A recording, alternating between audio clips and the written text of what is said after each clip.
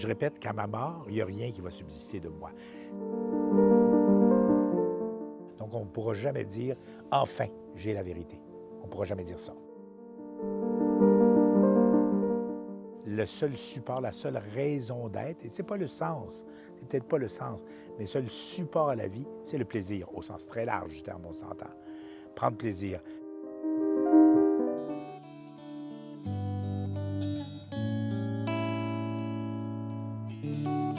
J'existe depuis 71 ans, et c'est déjà quand même pas mal, et que je n'ai pas fait ce que j'ai voulu autant que ce que j'ai pu faire. C'est-à-dire que, essentiellement, j'ai quand même des choses que j'ai aimées et d'autres que j'ai choisies, d'autres que j'ai rejetées. Entre autres, une passion ou un amour pour la musique, parce que j'ai enseigné à l'Université de Montréal en musique, n'est-ce pas? Et j'ai fondé un orchestre symphonique professionnel, etc. Mais essentiellement, ce qui m'a guidé, c'était pas une volonté, contrairement à ce qu'on affirme, mais à l'instar de beaucoup de monde, on fait ce que l'on peut. Donc, jusqu'à maintenant, j'ai fait ce que j'ai pu dans la vie, sans accomplir de grandes choses, à mon avis. J'ai donné des cours de violon privé, puis j'ai donné des cours d'histoire de la musique à l'Université Concordia. J'ai dirigé un orchestre de musiciens amateurs, donc je les ai guidés. L'enseignement, j'ai un intérêt pour la pensée, pour la réflexion, pour la philosophie, ça va de soi. Il y a eu un long chemin qui est entrepris il y a quelques décennies par la philosophie, par lire à ce sujet, par la psychologie aussi, beaucoup par la psychanalyse, beaucoup de réflexion autour de l'existence humaine et les moteurs qui nous font bouger, qui nous font prendre conscience de telle ou telle chose. La conscience. J'ai beaucoup réfléchi à la conscience. Tout ce qui fait réfléchir, tout ce que la conscience peut prendre, ça m'intéresse. Je suis en pré-retraite. Alors, présentement, je travaille dans un milieu qui n'a aucun rapport avec les arts. Je travaille dans le milieu des banques, c'est-à-dire les caisses populaires, comme conseiller financier auprès des entreprises. Je suis atteint d'une maladie théoriquement incurable ou à peu près, le syndrome du Vexas, qui mène à deux conditions de santé, j'allais dire déplorables ou morbides, c'est-à-dire les inflammations à outrance dans toutes les parties du corps et éventuellement aussi le syndrome de dysplasie myélodysplasique, c'est-à-dire le cancer du sang, qui, encore une fois, ne peut pas être traité, mais elle peut être soulagée, pourrait être traitée par une greffe de la moelle, mais compte tenu de mon âge, ne le sera pas.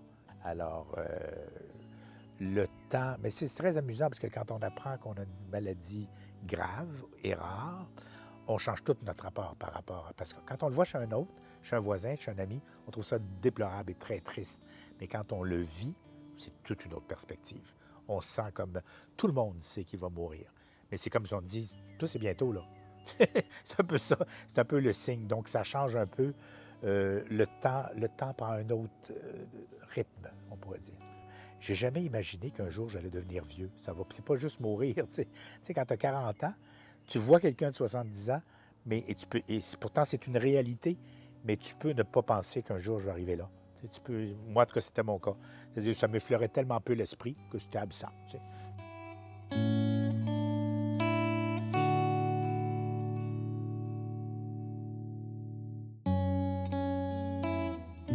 La conscience, c'est l'âme. Ce que je peux faire de mon moi comme objet, c'est la psyché. C'est une autre fonction humaine. Probablement qu'elle existe chez les animaux. On croit que les animaux rêvent. Par exemple, j'ai déjà vu un chien, il m'a fait... Puis visiblement, si c'était pas un rêve, c'était quelque chose qui se rapprocherait pas mal de ça. Est-ce il voyait un hippopotame? J'en ai aucune espèce d'idée, mais il rêvait. Il faisait un cauchemar. La conscience, on ne peut pas dire la conscience, c'est matériel, même si c'est issu de la matière. Moi, j'ai expliqué que la conscience, pour moi, selon moi, était par étayage sur la nature, sur la matière, par le cerveau. Il y a quelque chose qui apparaît, qui ressemble à un miroir, et que je suis capable de voir les choses et de me voir moi-même comme un objet. La conscience n'est pas un élément naturel. Elle se rajoute un peu comme la fleur est au bout de la plante. La conscience, pas juste dans l'humanité, le fait de Et ça passe beaucoup par la perception, de pouvoir percevoir le monde extérieur. Donc, un serpent voit, tu sais, un oiseau entend. Alors, par les sens, la conscience, mais qui est poussée à l'extrême chez l'homme, c'est la réflexion du monde intérieur à l'intérieur, incluant soi-même. Donc, je ne pense pas qu'il y ait beaucoup d'animaux qui peuvent dire « je ». Mais tous les hommes peuvent le faire. Et à partir du moment où on me dit « je »,« j'ai faim »,« je veux », on affirme quelque chose qui s'appelle ma conscience à moi. J'ai faim, tu sais. Alors, on reconnaît quelque chose. Et la conscience, tu connais le terme déjà, c'est par étayage. C'est d'abord dans la matière, c'est dans le corps. Quand on dit j'ai faim, c'est parce qu'il y a une manifestation physique qui se prononce, qui se transforme en conscience d'avoir faim. Exactement, je dirais la plus belle image, c'est la conscience, c'est comme l'image dans un miroir. C'est tout à fait réel et complètement irréel à la fois. Parce qu'on se voit dans un miroir. Ce n'est que le reflet, mais en même temps, ce n'est pas moi. Ce n'est pas moi, c'est une image de moi. Mais donc, la conscience est une image, mais elle fait partie intégralement du monde dans lequel je vis et de mon monde intérieur. Autrement dit, les choses existent en soi et les choses existent pour moi. Et quand je dis pour moi, c'est pour ma conscience, incluant moi-même, parce que je peux, avec cette conscience-là très élaborée chez l'homme, je peux avoir conscience de moi-même, ce qui m'étonnerait, et avec toute réserve, de la part des animaux ou des règnes inférieurs de conscience. Pour moi, je t'ai dit, j'ai spécifié que la conscience était surnaturelle, dans le sens qu'elle sera, c'est comme un miroir qui se rajoute à la nature. Tu sais? On peut se voir. Un ver de terre a une conscience. Un ver de terre a une conscience? Oui, oui. Parce qu'il ne dit pas j'ai faim, mais il est capable de sentir la faim. C'est ça. Il n'est pas capable de dire moi. Moi, je suis capable de reconnaître, à travers la conscience, je suis capable de me reconnaître comme objet, ce que probablement l'animal ne peut pas faire. Mais un lion qui voit un antilope, là, il a conscience qu'il y a un antilope. Il a conscience qu'il y a un antilope en face de soi. Un chat qui voit un chien, il a conscience. Tout ce qui est animé, donc il y a une âme, c'est-à-dire qu'il bouge. Ça n'a pas de conscience. Ça n'a aucune conscience. Okay. Par contre, l'insecte qui me tourne après a une conscience. Même... On est sûr d'une chose qu'ils perçoivent. On est sûr de ça, on le voit. Oui, on peut dire, fais attention, fais pas de bruit. Il nous entend. C'est un chevreuil. Puis il n'y a pas grand monde qui va dire, voyons, on n'entend rien, le chevreuil. Oui, on parle de l'axe. La conscience de soi. C'est ça la différence. Moi, je peux me traiter comme étant un autre. Ça, c'est l'objectivation de moi.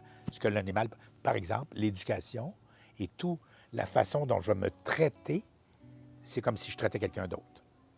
Et je l'applique à moi, je peux l'accepter, le refuser, me questionner, etc. Mais l'éducation, c'est quoi? C'est de transformer mon je en quelque chose, en quelqu'un d'autre. C'est rien d'autre. Parce que je peux dire moi. Comment peux-tu... Oui, OK, toi, tu es conscient. Comment peux-tu savoir que moi, je suis conscient? Ah, ça, je ne le sais pas, mais moi, je sais que je suis conscient. OK, donc tu pourrais être le seul conscient. J'en doute, parce que je reconnais aussi que ça, ce n'est pas moi, mais je reconnais que l'autre me ressemble probablement. D'ailleurs, la parole et les interventions qu'on a ensemble me permettent de croire que tu as aussi une conscience. C'est la même, mais il peut y avoir une profondeur, comme exactement l'acuité visuelle. On sait que les aigles peuvent voir une souris à 1 kilomètre de haut et qu'on ne peut pas le voir. Nous, notre conscience est certainement plus développée que chez les animaux. Okay. Je ne pense pas qu'un lion peut dire « moi, j'ai faim ». Mais il va ressentir la faim, il va voir, il va prendre conscience qu'il y a un antilope qu'il peut manger. C'est une prise de conscience. Tout ce qui est animé est conscient. La conscience se développe, d'ailleurs, tout au long de l'humanité. C'est ce qu'on appelle l'esprit, Daniel. OK. Donc, on n'a plus la même conscience qu'on avait. Alors que le chien, ses ancêtres, pensent que c'est assez stable. La conscience a évolué à travers la conscience des autres, ce qu'on appelle l'universel, la conscience universelle. Ma conscience à moi, c'est une chose. Et je suis sûr que les animaux l'ont aussi. On a conscience qu'il y a un environnement. On a conscience qu'il y a le feu. On fuit le feu. On a conscience de quelque chose. Est-ce qu'on peut se dire « j'en doute ». Il y a une conscience qui est là, qui est primaire.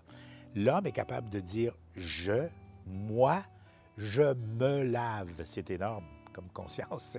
Je me lave. Je me lave. Il y a même 2 fois. Okay. Donc, on peut se traiter comme un objet. Je ne pense pas qu'un animal qui se lèche les pattes dit « je me lave ». Okay. Il n'y a pas cette conscience-là.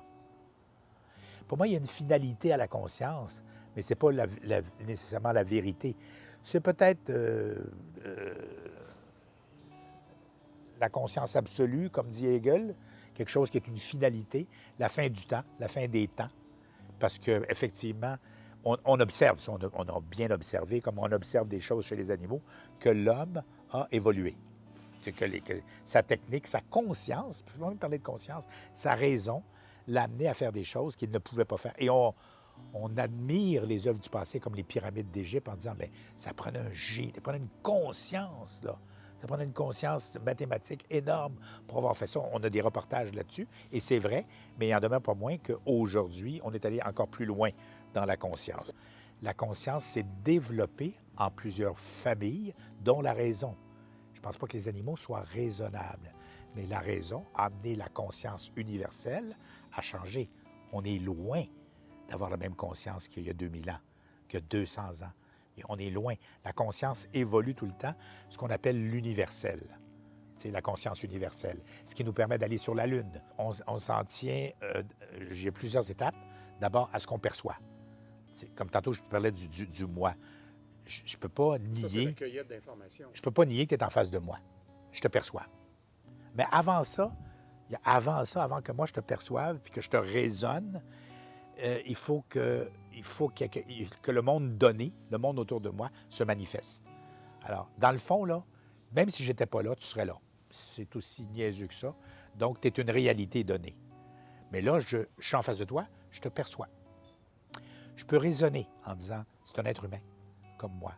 Et la suite de ça, pour arriver à l'universel, d'autres que moi, c'est l'entendement. C'est le... On pourrait dire, ben oui, tu as raison. La conscience universelle, c'est l'esprit pour moi. L'esprit collectif. Tu sais. Ma conscience à moi, c'est une chose. Ce qui se dégage de toutes les consciences, ce qui est universel, c'est l'esprit. L'esprit, donc, d'une culture, l'esprit... puis est-ce que l'esprit avec un grand E, est-ce qu'il peut avoir un esprit qui englobe tous les esprits? Probablement.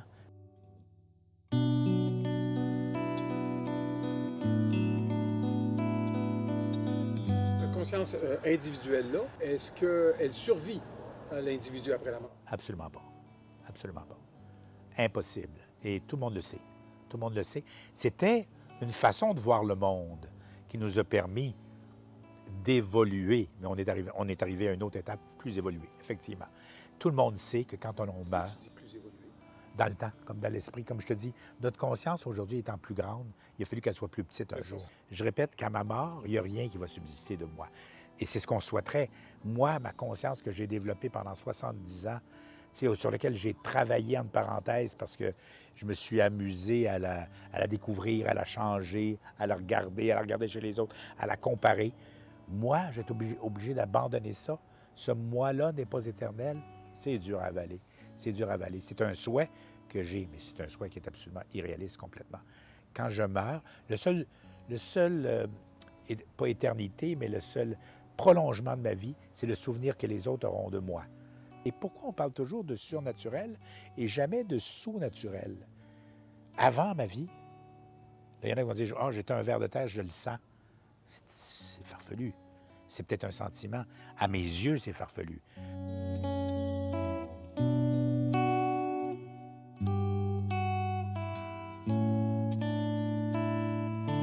S'il y a une vérité, c'est ça face à moi et moi face à ça. C'est pas moi tout seul qui dit « je sais ce que c'est ». Et c'est pas cette chose-là qui s'impose, puisque je ne connaîtrai jamais l'essence de cette chose-là. Jamais.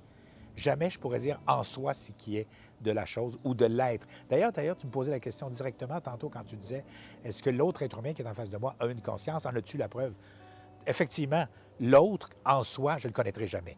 Mais l'autre par rapport à moi, je peux dire « il est comme moi ». La vérité, c'est comme un peu Dieu. Toi, tu me fais penser à quelque chose qui est immuable, alors que la vérité, c'est que tout bouge. C'est que toute vérité, pas est bonne à dire, toute vérité est muable. Donc, on ne pourra jamais dire « enfin, j'ai la vérité ». On ne pourra jamais dire ça. On cherche quelque chose dans notre conscience, on cherche à travers notre conscience quelque chose qui va être universel. Et à tous les jours, on fait des découvertes. Oui. On fait des découvertes. Quelqu'un ne pourrait pas dire « l'atome, ça n'existe pas ». Je parle de conscience. On a pris conscience que ça existait. La force nucléaire, c'est un leurre. Il y a des gens d'ailleurs qui vont du côté comment ça s'appelle, des complotistes, et qui font rire d'eux parce qu'ils ont une position absolument... Et de la même manière, quelqu'un qui croit en l'âme éternelle, pour moi, c'est pareil. C'est comme de croire au complot. Pour moi, c'est pareil. Il n'y en demeure pas moins que ma conscience évolue avec... D'abord, le but ultime, c'est l'universalité. C'est que ce que je crois soit partagé par tout le monde. Il y a des choses qui sont très mesurables. La science nous le montre à tous les jours. Je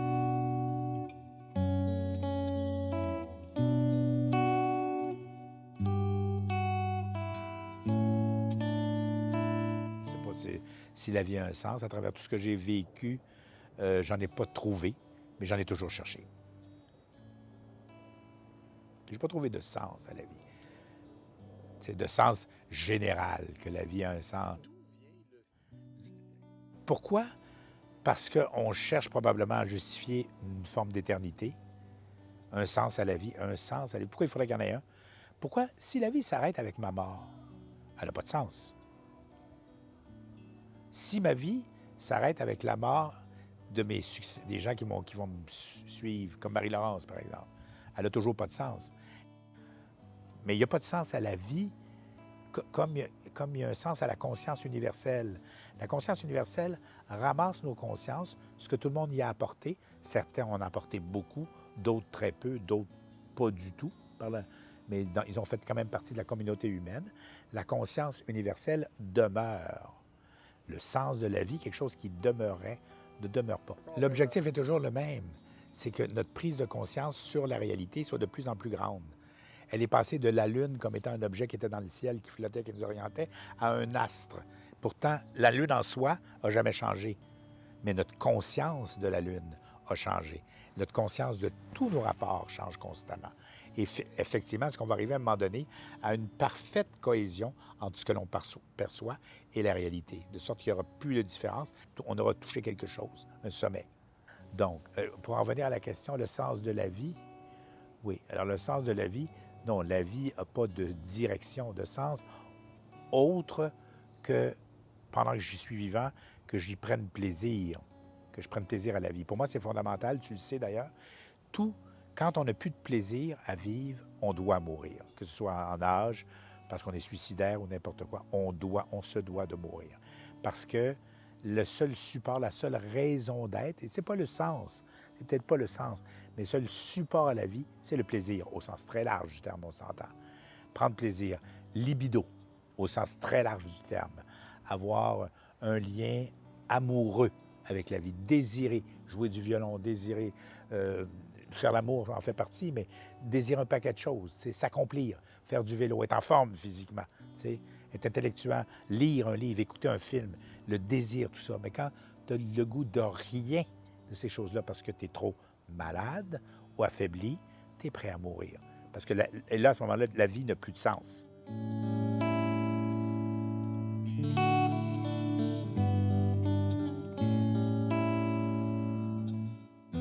Si on définit les choses comme on les définit présentement, absolument, il n'y a pas de libre arbitre, absolument. Je suis guidé par toutes sortes de choses. Comme j'ai dit au début, j'ai fait ce que j'ai pu à travers un chemin qui m'était imposé. Donc, le chemin, maintenant, est-ce que au bout du chemin, j'ai le choix d'aller à gauche puis à droite? Je pense pas. Je pense que c'est comme un courant, comme quand on est dans le fleuve. C'est le courant qui nous amène. On peut voir la rive, tu sais. On peut s'intégrer, on peut prendre conscience qu'il y a une rive. Maintenant, de changer de direction, de nager à contre-courant. Il y a des gens qui le croient. Il y a des gens qui font des thérapies dans ce sens-là, qui disent « je vais changer, je vais prendre possession de moi-même, je vais changer, je vais devenir meilleur ». Sois toi-même, ça veut dire quoi?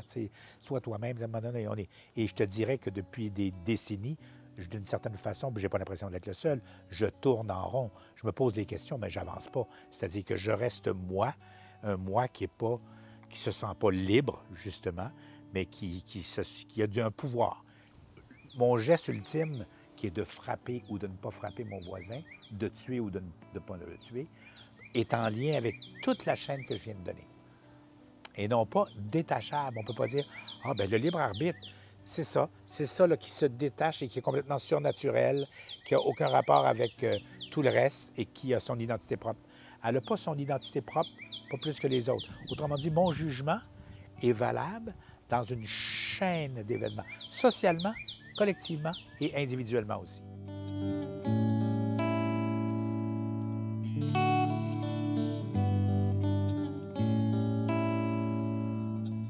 Est-ce que la souffrance a un sens? Mais je ne sais pas ce que veut dire le mot sens à ce moment-là, mais elle a une signification. Est-ce que la souffrance a une signification? En tout cas, la souffrance nous rappelle notre état naturel, notre état physique, nous rappelle.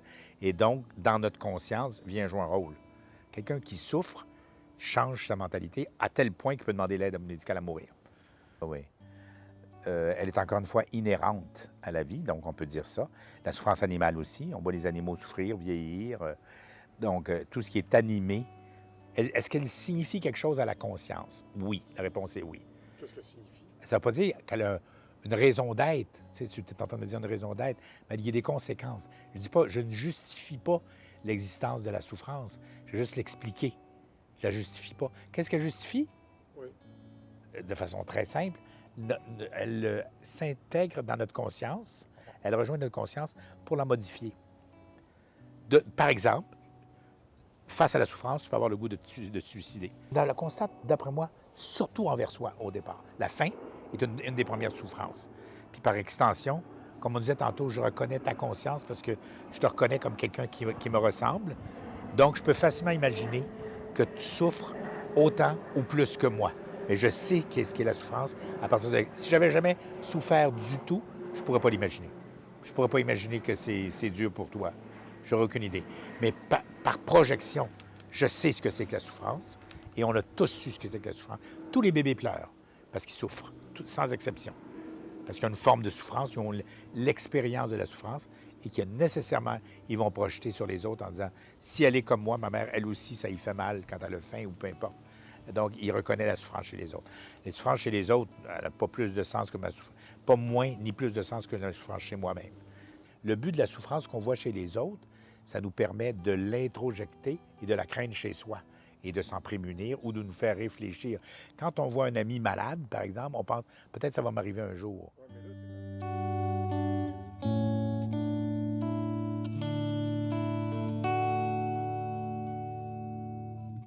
La loi, là, ça vient pas de Dieu, là. Ça vient des hommes, ça vient du raisonnement qu'ils ont, puis des barrières qu'ils mettent. Puis des fois, on la critique parce qu'on la comprend pas. Et la loi est imparfaite parce qu'elle n'est pas complétée. Tu sais. Encore une fois, la loi cherche la vérité, elle aussi. Hein? Et elle ne l'atteint jamais, mais elle la cherche toujours. Oui. Tu sais. Oui. Et c'est pour ça que les lois changent. Aujourd'hui, on croit aux fictions filmées, comme on croyait à la religion.